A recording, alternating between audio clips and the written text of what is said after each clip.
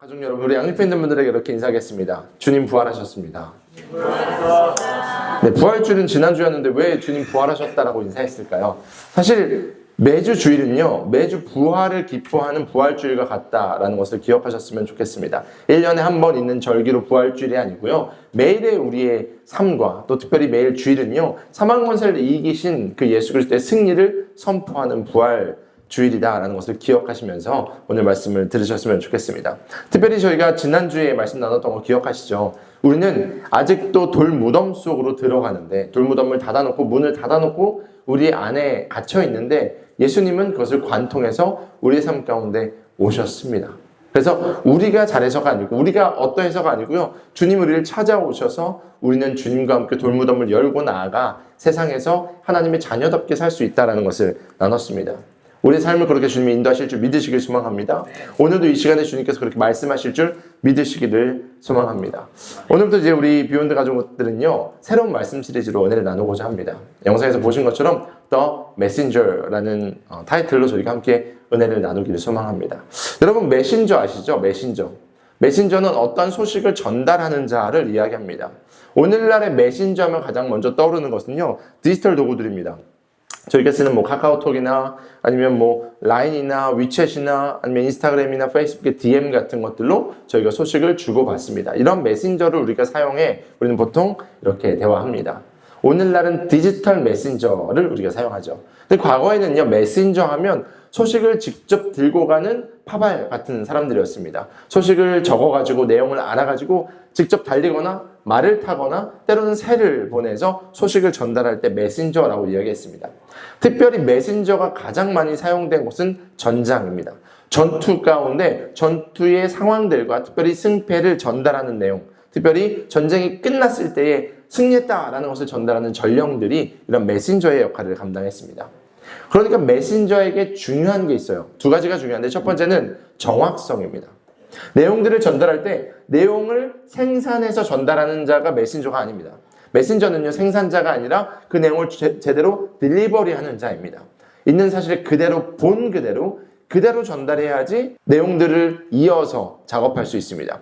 전쟁 가운데 상황을 제대로 전달하지 않으면 군사의 숫자나 갖고 있는 병기의 문제들이나 어떤 지형의 특징들을 정확하게 전달하지 않으면 전쟁의 승패가 갈리게 되어 있습니다.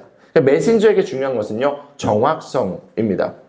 또 메신저에게 중요한 두 번째는요, 긴급성입니다. 지금 우리가 전쟁을 실제로 보고 있죠. 이제 유튜브를 통해서도, 뉴스를 통해서도, 신문을 통해서도 실제로 이란에서 일어나고 있는, 또 우크라이나와 러시아 가운데 일어나고 있는 전쟁들을 저희가 직접 보고 듣고 있습니다. 근데 전쟁에서 1분 1초가 너무 중요합니다. 저쪽에서 미사일이 날라오는데 미사일이 오나보다 그러면 이미 맞고 끝나는 겁니다. 미사일의 징조가 보일 때 그 원점을 타격해서 미사일을 끝내야지 전쟁에서 승리할 수 있는 거죠. 마찬가지로 이제 내용을 전달하는 메신저가 1분 1초를 지체하면 그만큼 상황들이 악화될 수 있습니다. 반대로 전쟁에서 이미 승리했는데 너무 먼 곳에 이제 본토가 있어서 본토에 있는 가족들이나 많은 사람들이 초조해하고 두려워하고 어려워하고 있을 때 빨리 전달하지 않으면 그들의 마음이 심하게 상하거나 그들의 마음이 무너질 수 있습니다. 그래서 실제로 전쟁이 나거나 전쟁의 결과가 진행될 때는 메신저가 신속하게 그 내용을 전달하는 것이 중요합니다. 성경에도 이런 메신저의 얘기가 등장하는데요, 그들의 이름은 마르투스, 증인이었습니다. 성경에서 증인이라는 단어 마르투스는요, 법정 용어였습니다. 본 것을 그대로 법정에다 증거하는 사람을 마르투스라고 불렀습니다. 여러분, 법 중에 이런 거 아시죠? 위증을 할 때는 위증에 대한 법을 받겠습니다라고 법정에서 선서합니다. 마르투스는요, 본인이 본 것을 그대로 전달한다라는 것을 전제하에 부르는 이름이었습니다. 근데 이 마르투스의 어원은요, 순교자라는 뜻을 갖고 있습니다. 그래서 그 당시에 복음을 전한 증인들은요, 목숨을 건 순교자들이었다라고 이야기하죠. 예수 그리스도의 복음을 전하기 위해서 목숨 바쳐서 있는 사실을 그대로 전했던 마르투스, 그 이야기가 성경에 기록되어 있습니다. 그 메신저들에게는요, 자신들의 안위는 사실 크게 중요하지 않습니다. 그들에게 중요한 것은요, 내용, 그 소식의 가치입니다. 소식이 너무너무 귀하니까 내 한 목숨 바쳐서라도 이 소식을 전하는 겁니다.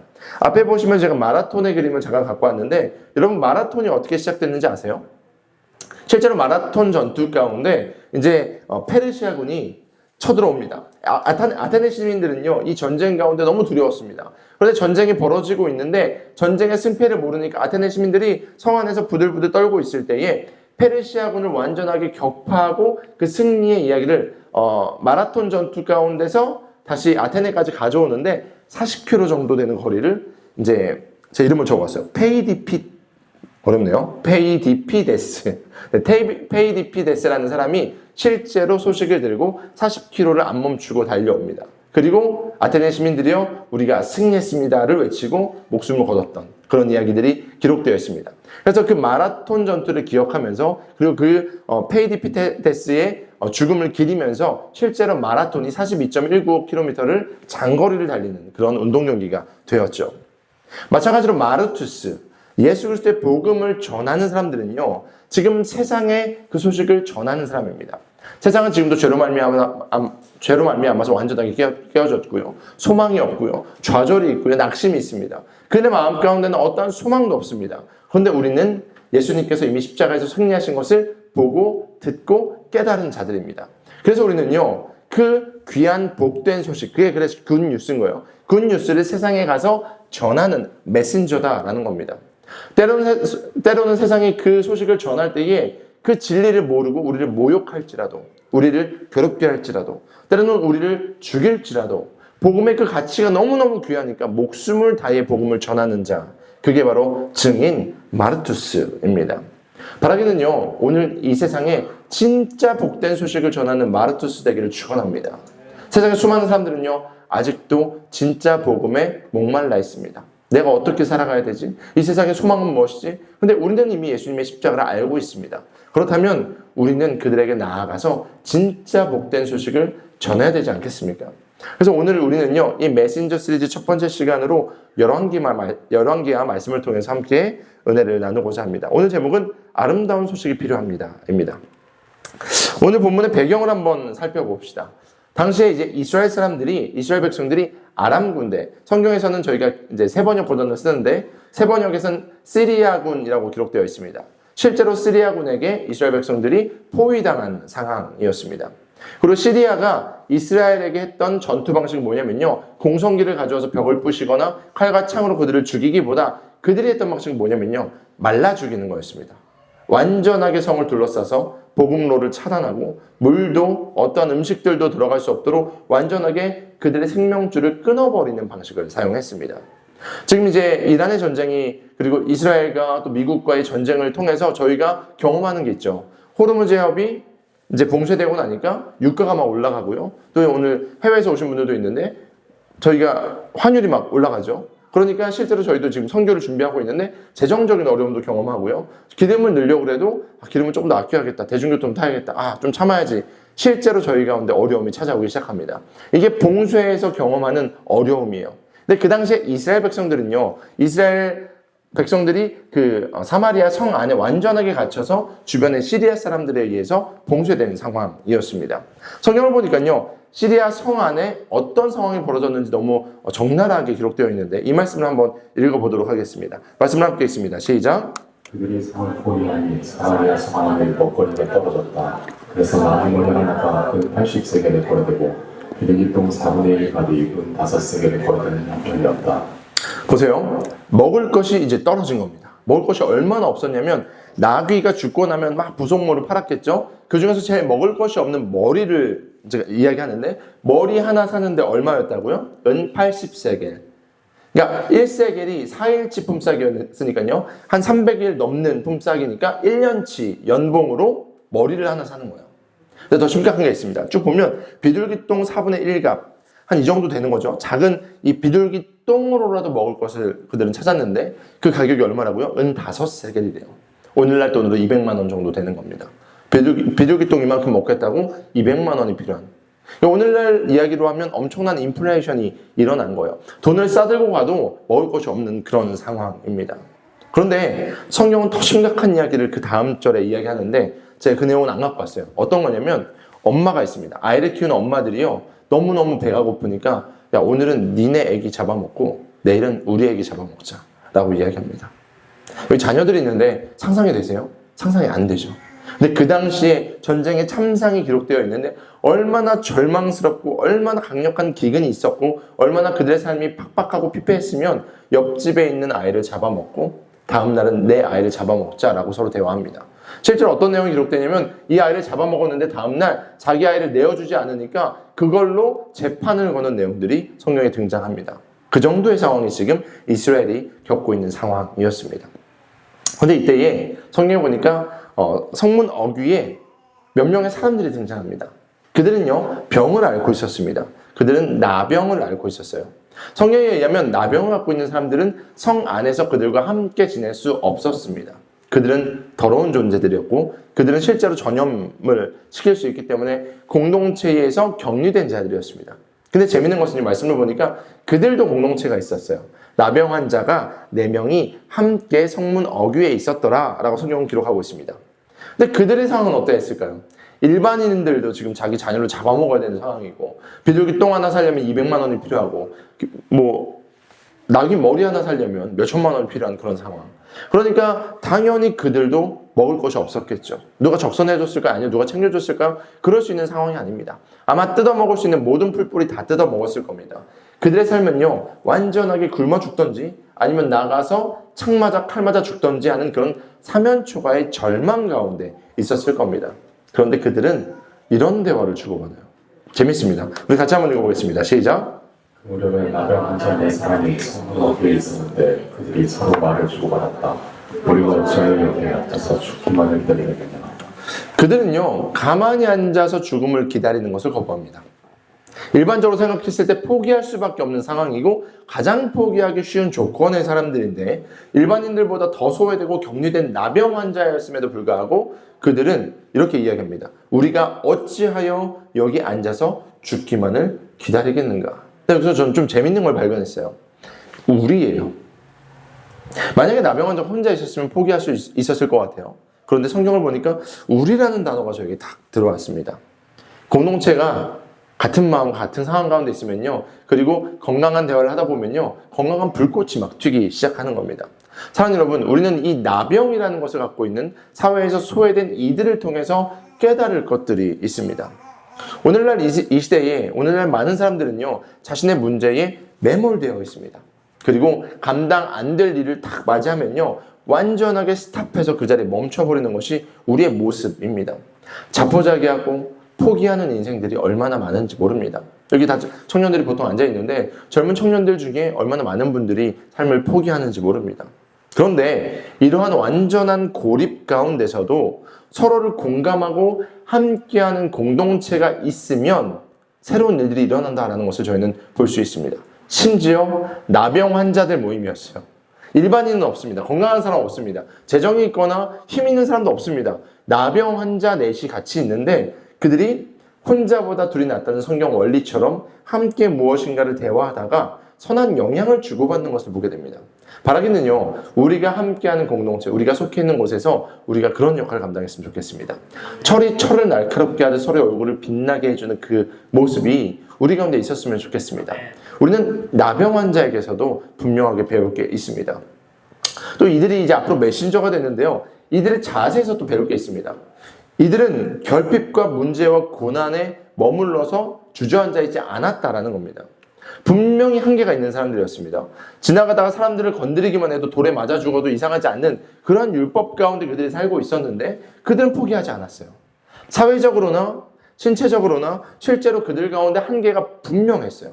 그래도 우린 건강하잖아요. 우린 그래도 삶을 살고 있잖아요. 그런데 이 나병 환자들은 한계가 있는 존재들이었습니다. 그런데 그들은 상황과 환경에 안주하지 않았다는 겁니다.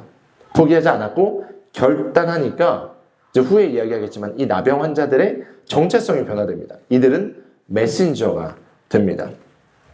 이제 그들이요 실제로 적진인 시리아 진영으로 들어가기로 결단합니다. 야 여기서 굶어 죽나? 가서 칼 맞아 죽나? 아니면 우리가 구걸해서 먹을 것을 얻어먹으면 너무 땡큐고 이렇게는 못 살겠다. 가자 해서 적진으로 두벅두벅 들어갑니다. 긴장했겠죠. 아마 땀이 삐질삐질 났을 겁니다. 네가 먼저 가봐, 내가 먼저 가 그러면서 넷이서 아마 줄을 맞춰서 착 적진으로 들어갔을 겁니다. 그런데 너무 조용한 겁니다. 너무 조용해요. 이상해서 더 깊이 들어갑니다. 깊이 들어갑니다. 그런데 그때에 놀라운 반전을 경험합니다. 여러분 전쟁터를 생각하면 자고로 피비린내가 좀 나야 되고요. 막 까마귀가 날아다녀야 되고요. 적들의 사리가 느껴져야만 합니다. 병장기를 다루는 막 챙챙챙챙 쇳소리가 들려야만 합니다. 그런데 그곳에는요. 무슨 놀라운 일들이 있었냐면요. 그 전장 한가운데에 풍요로움이 있었습니다. 전장인데요. 분명히 자기들이 죽을 수도 있다라는 두려움을 가지고 갔는데 그 전장의 한복판에 뭐가 있었다고요? 풍요로움이 있었어요. 그들이 마주한 것은요. 적들이 아니었습니다. 그들이 마주한 것은요. 칼과 창이 아니었습니다. 그들이 마주한 것은요. 주인이 사라진 채 기다리는 말과 나귀와 음식들과 좋은 옷과 텐트와 은과 금이었습니다. 어떻게 이게 가능했을까요? 우리 6절, 7절 말씀을 같이 한번 읽어보도록 하겠습니다. 함께 읽습니다. 시작! 주님께서 시리아의 군들에게 경보소리와 군마소리와 큰 군대가 쳐들어오는 소리를 듣게 하셨기 때문에 시리아 군들은 이스라엘 왕이 그들과 싸우려고 흑족 소경왕들과 이집트의 왕들을 고용하여 자기들에게 쳐들어온다고 생각하거든 하나님의 일어나서 장막과 분명한 나귀들을 모든 시내 그대로 남겨놓은 채 목숨을 건지려고 도망했던 것이다. 6절 처음에 뭐라고 말하죠? 주님께서. 뭐라고요? 주님께서. 중요합니다. 지금 그들이 적진에 들어갔는데 그들이 무엇을 한 것이 아니라 누가 하셨다고요? 주님께서. 주님께서 그들의 걸어가는 소리가 아마 크게 들리게 하셨던지 아니면 실제로 어떤 소리를 내셨던지 두려움에 빠지도록 시리아군들에게 혼란을 주십니다. 그들은요 목숨이라도 건지려고 아마 입던 옷들 그냥 막 제대로 입지도 못하고 막 도망쳤을 겁니다. 야 큰일 났다. 잠깐 머무르면 죽을 수 있어. 야 빨리 도망가. 그러면서 아마 있던 거 다 내려놓고 도망갔을 겁니다. 그들은 모든 것 두고 도망갔습니다. 분명 전쟁 중이에요. 전장입니다. 그런데 피를 하나도 흘리지 않고 주님이 승리하셨습니다. 할렐루야. 피를 하나도 보지 아니하고 그들은 승리를 쟁취했습니다. 우리는요 복음을 전하는 전도를 생각할 때에 또 우리가 어떤 신앙생활 가운데 영적인 전쟁을 치러나갈 때에 우리는 이렇게 생각합니다. 내가 노력해서 누군가를 변화시키고 내가 정말 힘들게 싸워서 그들을 굴복시켜가지고 내가 정말 하나님의 위대하심을 드러낼 거야 라고 우리는 보통 생각합니다. 그래서 열심히 싸워내죠. 그런데 오늘 본문은요 명확하게 우리 가운데 보여주시는 게 있습니다. 뭐죠? 우리가 발을 딛기도 전에 누가 하셨어요? 주님께서 이미 승리를 확정하셨다는 겁니다. 우리는요 이 이야기로 이 명제로 이 세상을 살아가야만 합니다. 우리가 하는 게 아니에요. 하나님께서 주님께서 이미 앞서서 승리하신 것을 우리는 쟁취하는 겁니다. 나병 환자들이 한 일은요 나가서 싸운 게 아니었습니다. 어떠한 행위를 한 것도 아니었습니다. 그들은 싸우기 위해 들어간 것도 아니었어요. 그들이 한 것은요 이미 하나님이 이기신 현장을 그냥 목도한 겁니다. 그들은 그냥 본 거예요. 그리고 그들은 그것을 누렸습니다. 우리는요 싸워 쟁취하는 존재가 아닙니다. 우리는 그냥 확인해서 누리는 존재입니다. 사랑하는 여러분 기억하십시오. 하나님이 싸우십니다. 그리고 우리는요 그 잔당들을 그냥 밟고 가는 것 그리고 싸워서 이긴 이미 그 부산물들을 누리는 자들입니다. 하나님 우리를 그 자리로 초청하셨습니다. 메신저들에게 주어지는 큰 영광이 바로 여기에 있습니다. 이 지점에 있습니다. 우리가 아니라 하나님이 하시는 것 그리고 하나님 우리 가운데 준비하시는 것을 목도하는 것은 메신저가 하는 거예요. 그 메신저는 그 본 것을 전달하는 자입니다. 사랑하는 여러분 은혜 누리고 싶으십니까? 하나님의 살아계심을 경험하고 싶으십니까? 하나님 여러분 가운데 이 땅 가운데 행하신 놀라운 일을 보고 싶으십니까? 그러면 우리가 메신저가 되어야만 합니다. 하나님이 이루시는 그 반전을 본 자들이 그것을 전하는 겁니다. 하나님은 이것을 우리가 목격하기를 원하십니다. 이것을 경험하기를 원하십니다. 나병 환자들은 적진에 들어가서 아마 배부르게 배 터지게 먹었을 겁니다. 야 이것도 먹어봐. 야 이거 진짜 맛있다. 야 시리아 요리 잘하는데 말이면서 음식 먹었을 겁니다. 야 이 옷 어울리냐? 야 이거 장군복인데. 야 두고도 써봐. 이러면서 아마 멋있는 옷도 입었을 겁니다. 있는 주머니에 은과 금을 다 집어넣었을 겁니다. 그리고 그들은 수고 전혀 안 하고 피도 전혀 안 흘리고 그냥 그것을 누렸을 겁니다. 2000여 년 전에 예수님께서 그렇게 이 땅에서 십자가의 승리를 우리 가운데 주셨습니다. 우리가 십자가에 달린 건 아니었어요. 우리가 찔린 것도 아니었습니다. 우리가 모욕당한 것도 아니었습니다. 예수님이 우리의 모든 것을 짊어지시고 다 이미 당하시고 십자가에 죽으시고 부활하셔서 승리하셨습니다. 이제 우리는 그것을 누리는 자들입니다. 주님이 우리에게 찾아오셔서 봐. 너도 이렇게 살아가는 거야. 너도 이제 영원한 생명을 나와 함께 누리는 거야 라고 말씀하셨으면 이제 그것을 누리는 존재들입니다. 사단은요, 너는 저렇게 할 수 없어. 너는 저거 하려면 노력해야 돼. 너는 뭐 해야 돼? 라고 우리에게 거짓말하지만 예수님은 말씀하십니다. 내 안에서 생명을 맛봐라. 내 안에서 생명을 누려라. 지금 나병 환자들처럼 이미 다 끝난 전장 한가운데서 풍요로운 파티를 즐기도록 하나님 우리를 초청하셨습니다. 그렇게 정신없게 먹고 마시고 금은벌을 챙겼던 그들에게 오늘 제일 중요한 부분이요. 엄청난 변화가 일어납니다. 결정적인 변화가 그들 가운데 일어납니다. 그들은요, 막 자기의 것을 챙기다가 갑자기 남겨진 사람들이 생각이 납니다. 우리 9절 말씀 같이 한번 읽어보도록 하겠습니다. 함께 읽습니다. 시작. 너무나 그들은 서로 말하였다. 우리들이 이렇게 하는 것은 올바른 일이 아니다. 오늘은 좋은 소식을 전하는 날이다. 이것을 전하지 않고 내일 아침 해 뜰 때까지 기다린다면 벌이 오히려 우리에게 내릴 것이다. 그러니 이제 왕궁으로 와서 이것을 알리도록 하자. 아멘. 여기서 또 중요한 단어가 나옵니다. 그런 다음 그들은 서로 말하였다. 처리처리 날카롭게 하는 거죠. 그들은요, 막 챙기다가 너나 할 거 없이 챙기다가 아마 눈이 딱 마주쳤을 겁니다. 딱 마주치고 나서 야 근데 야 이거 옳은 게 아닌 것 같아. 이렇게 되어 있을 거예요. 막 혼자 있었으면 더 챙겼을 수 있어요. 그런데 서로를 또 보니까 아 맞다. 이렇게 된 겁니다. 그들은 상대방을 통해 또 하나님의 음성을 들은 겁니다. 그들은요, 좋은 소식을 나만 누리는 것은 옳지 않다라는 것을 깨닫게 됩니다. 진정한 메신저는요, 복음을 독점하지 않습니다. 메신저는요, 복음을 전하는 자이기 때문이에요. 소식을 중간에 그대로 가지고 전달하는 자이지 내가 소식을 내가 누리는 자가 아니다라는 것을 그들은 깨닫게 됩니다. 나만 복받고 나만 잘되고 나만 잘 사는 이기적인 종교인이 되지 않기를 축원합니다. 하나님은 그래서 우리를 부르신 것이 아닙니다. 하나님은요, 우리를 부르시고 나서 은혜 주시고 나서 분명 우리를 파송하셨습니다. 땅 끝까지 이르러 내 증인이 되라 라고 말씀하시고 내가 세상 끝날까지 너와 함께 있을 거야 라고 약속하셨죠. 그들은요, 만약에 자기들만 누렸다면 그냥 운이 좋은 나병 환자로 성경에 기록되었을 겁니다. 아니, 기록 안 되었을 수도 있습니다.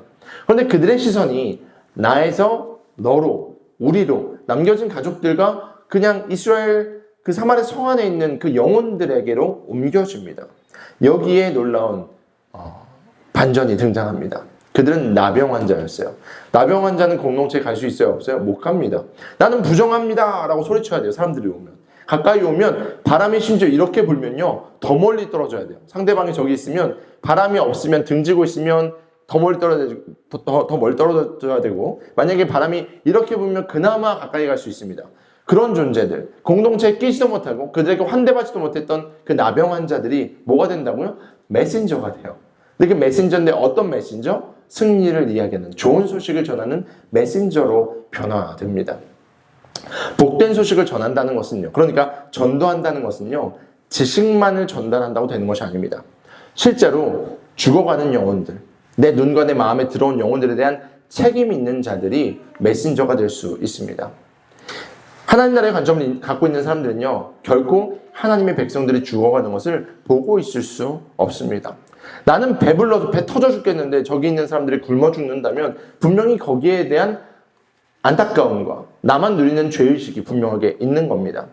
복음을 전할 때 우리에게 단순히 소심한 성격이나 내가 성향이 내향적이어서는 문제가 되지 않습니다.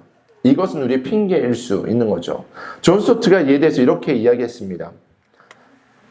우리가 만약에 기차가 달려오는데 아이들이 기찻길에 있는데 얘들아 위험해 라고 소리치지 않으면 이것은 죄스러운 침묵, guilty silence가 될 수 있다라고 이야기했습니다.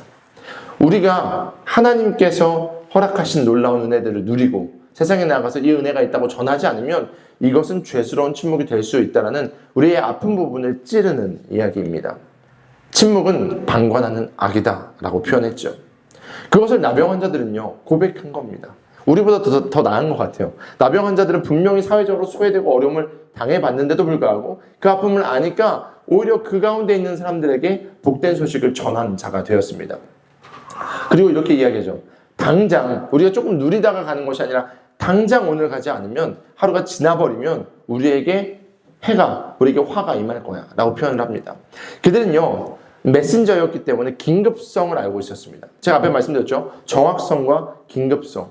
그들은요, 이미 하나님께서 그들의 마음 가운데 주신 그 마음을 갖고 있었습니다. 그래, 우리가 사마리아 성에 가서 그들 가운데 이러한 일들을 전해야지 라는 마음으로 그들은 전합니다. 사랑하는 여러분, 우리가 만약에 십자가 복음을 전하지 않으면요, 오늘 누군가는요, 정말 생명에 말라 죽어갈 겁니다. 오늘 누군가는요, 예수님을 모른 채 그렇게 또 지옥의 길로 가고 있을지 모릅니다. 오늘 우리가 망설인다면요, 사탄은 오늘도 한 사람을 잡아먹고 있을 겁니다. 나병 환자들은요, 깨달은 즉시 일어났습니다. 더 많은 금은보화 챙길 수 있었습니다. 보따리 챙길 수 있었습니다. 입에 더 쑤셔 넣을 수 있었습니다. 이제 풍요를 경험했던 그들은요, 더 많은 것을 바랄 수 있었지만 그들은 결단했습니다.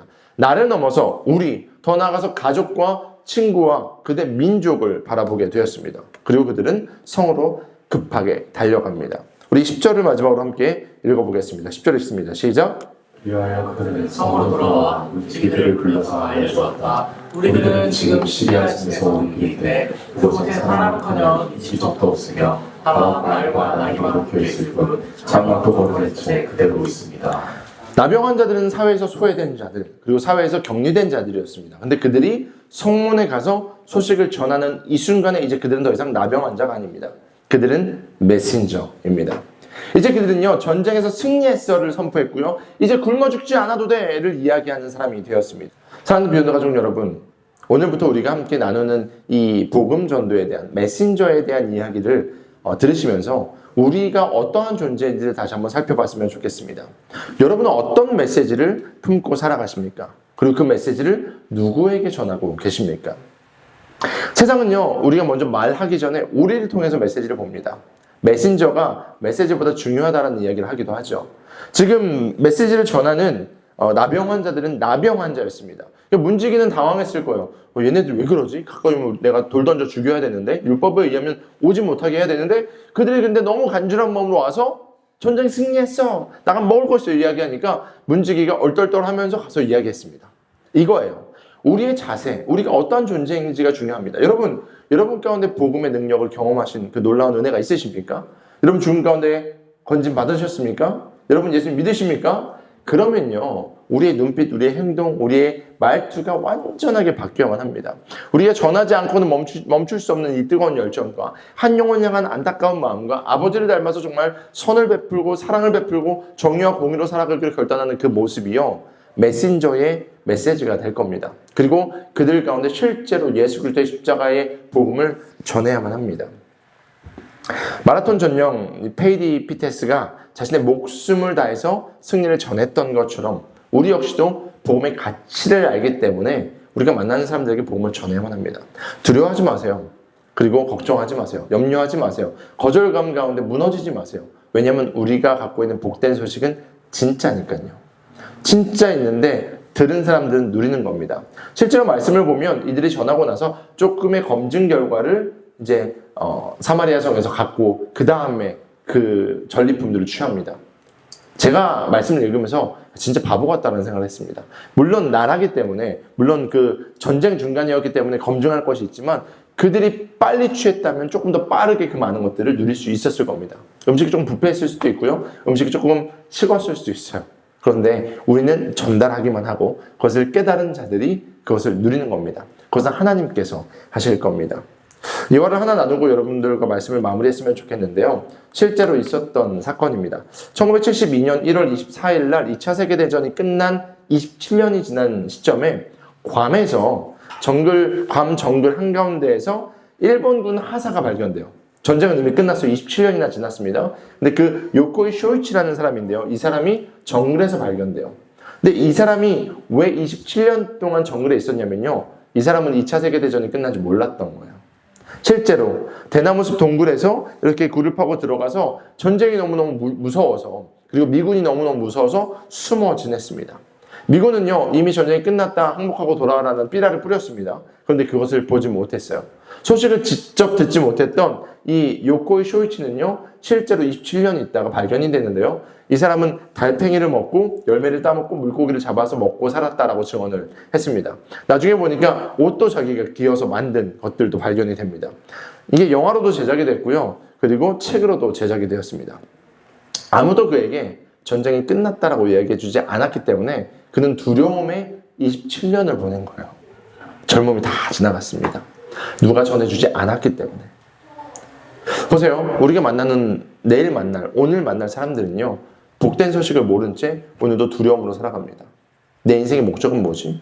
죽음 이후에는 어떻게 되지? 내 삶에는 이렇게 어려움이 있지? 난 무엇을 기대면서 살아가야 되지? 나는 왜 창조되었지? 이들은 이런 고민을 가지고 살아갑니다.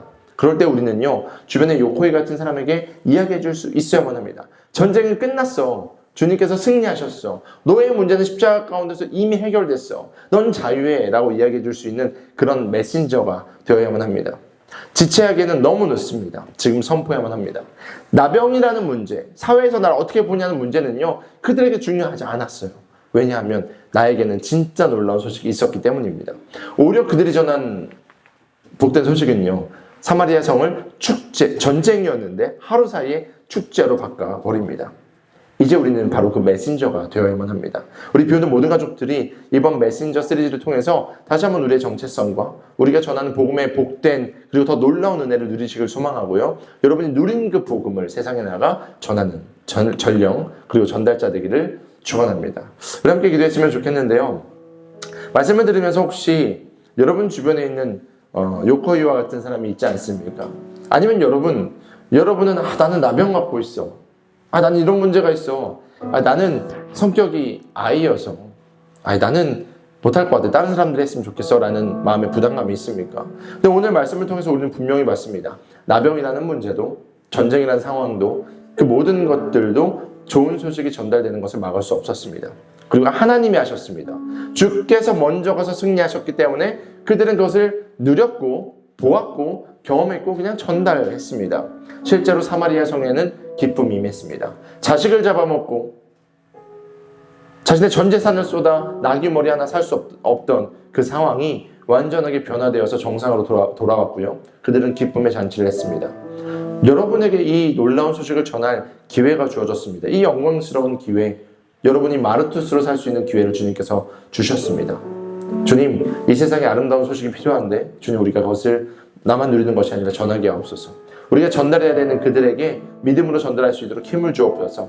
내가 이 가치를 더 깊이 누리고 내가 정말 맛보아 알 수 있도록 주님 내 가운데 은혜 베풀어 주십시오. 우리 들은 말씀을 기억하면서 주여 한번 내쉬기도 합니다.